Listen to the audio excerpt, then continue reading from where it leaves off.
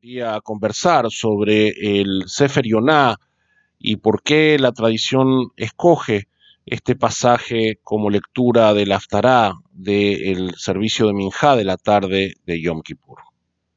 Encontrar en el Tanaj, en la Biblia, el libro de Yoná no es una tarea sencilla.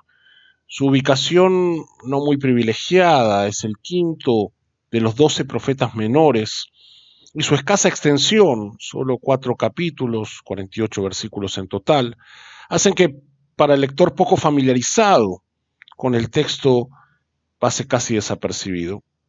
Sin embargo, alcanza con leer 2 o 3 versículos, cualquiera, para sentirse inmediatamente atrapado por un relato apasionante, con ribetes de aventura infantil, pero con profundos contenidos teológicos. El Talmud en el Tratado de Megilá establece que el libro de Yoná sea leído en la tarde del día más sagrado del año, en el servicio de Minjá de Yom Kippurim, como haftará al texto de la Torá que prohíbe las relaciones incestuosas.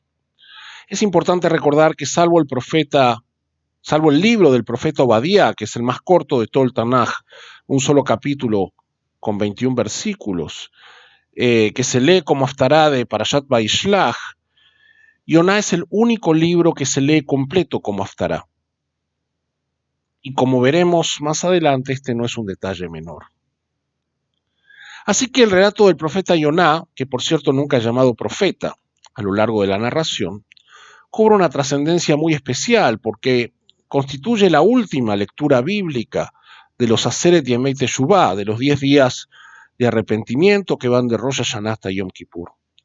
Algo así como la oportunidad final del texto bíblico de sacudir nuestras conciencias.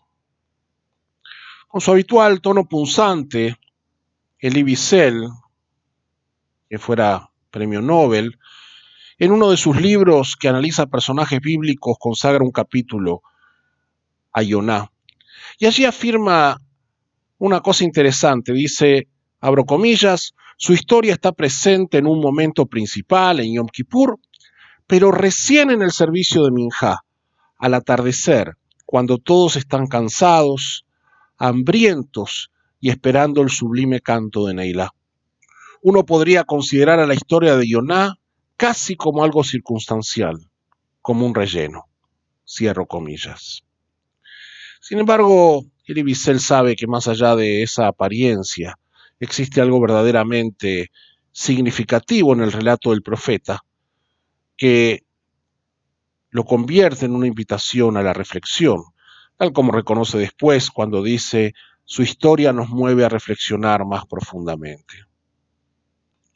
Nuestros jajamim no explican por qué eligen Sefer Yoná para la tarde de Kippur. Y de este interrogante se derivan otros, ¿cuál es la relación del relato con el día más sagrado del año? ¿Por qué se lee casi al final del día? ¿Existe una asociación con la lectura de la Torá que viene a enseñarnos este relato, etcétera, etcétera? Las respuestas a estos interrogantes no son necesariamente unidireccionales. Respondiéndolas, quizás podamos sacar algunas reflexiones valiosas, inspiradoras, a la cual los sabios nos quieren llevar en la tarde de Kippur, justo antes de la Neilá. Una primera respuesta casi obvia sería el arrepentimiento de los ninivitas. Así afirma el Maxor Vitry, escrito por Simcha Bar Shmuel en Francia, del siglo XII. Dice, el tercero que sube a la Torá, en Minjá, lee el Haftará de Yoná debido a la teshuvá de los ninivitas.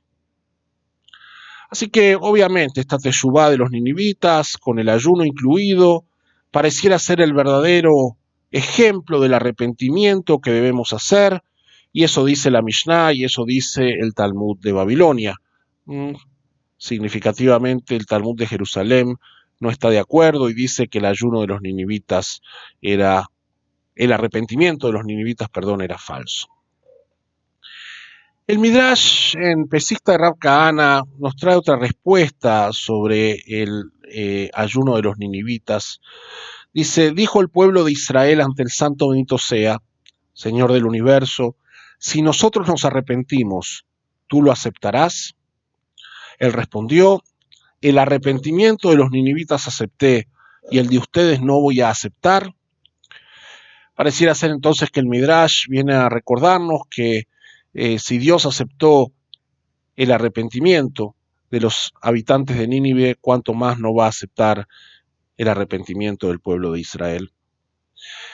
Desde un ángulo opuesto al Midrash, el comentarista del siglo XII, Radak, Rabbi David Kimhi, dice en su introducción al libro de Yoná, de hecho pregunta por qué fue incluido el libro de Yoná en el Tanaj, en la Biblia hebrea, ya que es un profeta para las naciones y no hay en su profecía ninguna referencia a Israel. Y él mismo responde, para hacer una enseñanza moral para el pueblo de Israel, ya que si un pueblo gentil, no judío, es cercano al arrepentimiento, y a la primera vez que el profeta les advierte, enseguida se arrepienten de todas sus maldades, ¿qué sucede con Israel, quienes son advertidos por los profetas por la mañana y por la noche y no se arrepienten? Así, siguiendo a Radak, quizás pudiésemos pensar que los sabios escogieron la lectura de Yoná como una apelación a nuestras conciencias para que lo escuchemos y escuchemos el llamado a la teshuvá y retornemos a la senda de Dios. Sin embargo, todas las respuestas que hacen referencia a la teshuvá de los ninivitas tienen una gran debilidad. Si todo el tema es precisamente la teshuvá de los ninivitas, sería suficiente con leer solo el tercer capítulo de Yoná. No hace falta leer el libro entero. Quizás tengamos que encontrar la respuesta en la comprensión de lo que plantea todo Sefer Yoná para poder alcanzar una respuesta más satisfactoria. El profesor Uriel Simón, quien fuera durante años jefe del Departamento de Estudios Bíblicos de la Universidad de Bar Ilan en Israel, sostiene que a lo largo de todo el libro de Yoná se manifiesta una suerte de dialéctica entre la justicia y la misericordia. Y esta dialéctica, esta dinámica, se manifiesta a través de todos sus personajes, por lo que se convierte en el tema principal del libro. Por ejemplo, Yoná, cuando evalúa a sus contemporáneos, defiende el paradigma de la justicia en el más estricto sentido de la palabra. Aquel que pecó debe ser castigado, no hay otra alternativa, el cálculo es casi matemático. En oposición, todos los personajes del libro se comportan misericordiosamente.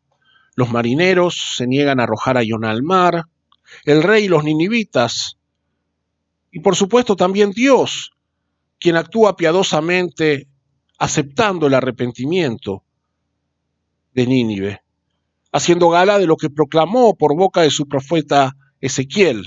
¿Acaso me complazco yo en la muerte del malvado y no más bien en que se convierta de su conducta y viva?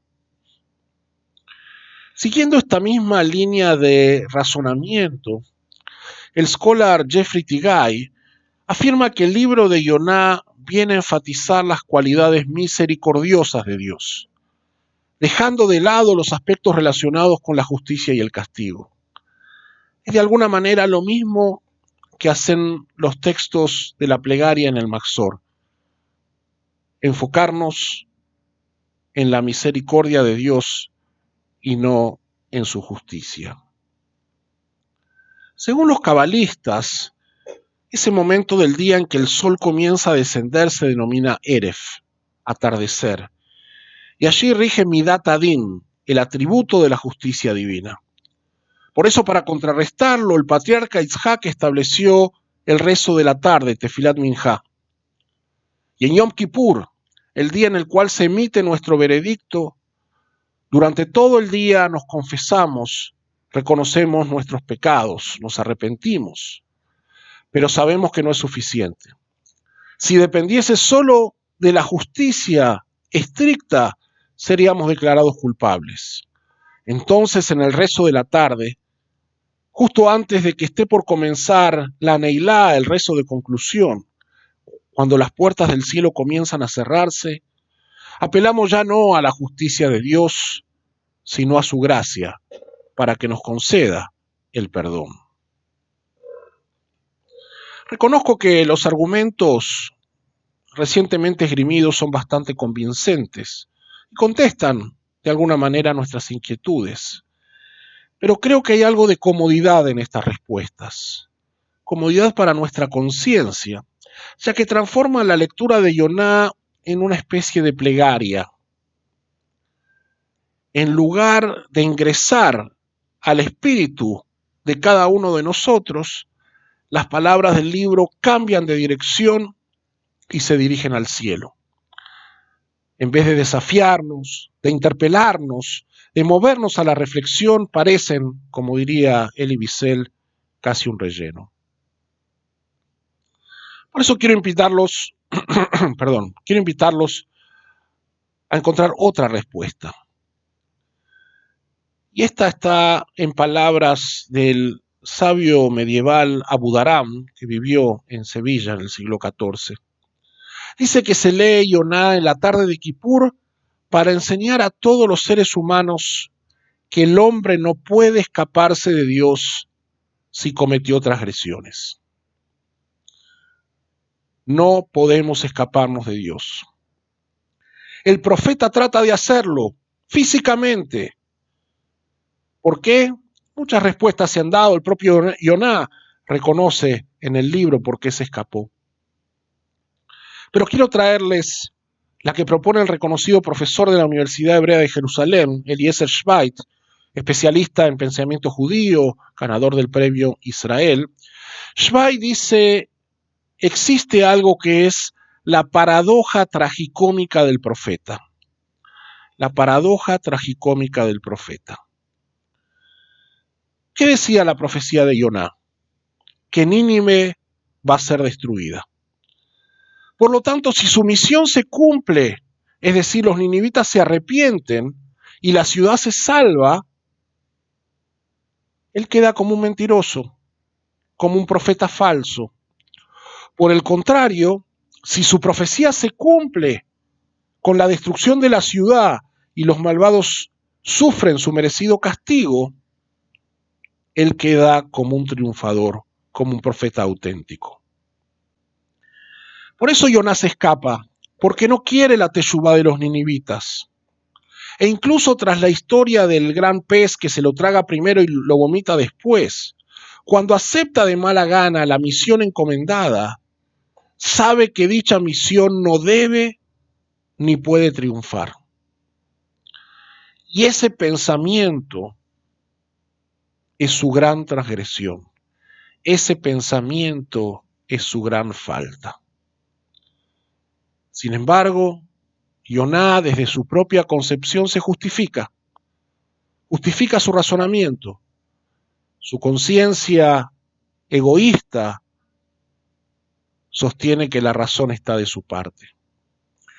Por eso el libro de Yoná es una respuesta al propio profeta Yoná y a su falta de sinceridad. El hombre creado a imagen de Dios, nos enseña el libro, debe actuar de manera diferente. Debe saber juzgarse a sí mismo, no desde una noción utilitaria y egoísta, sino con amor y misericordia, de la misma manera que nos juzga Dios. Solo entonces podrá hacer teshuvá y arrepentirse de sus faltas.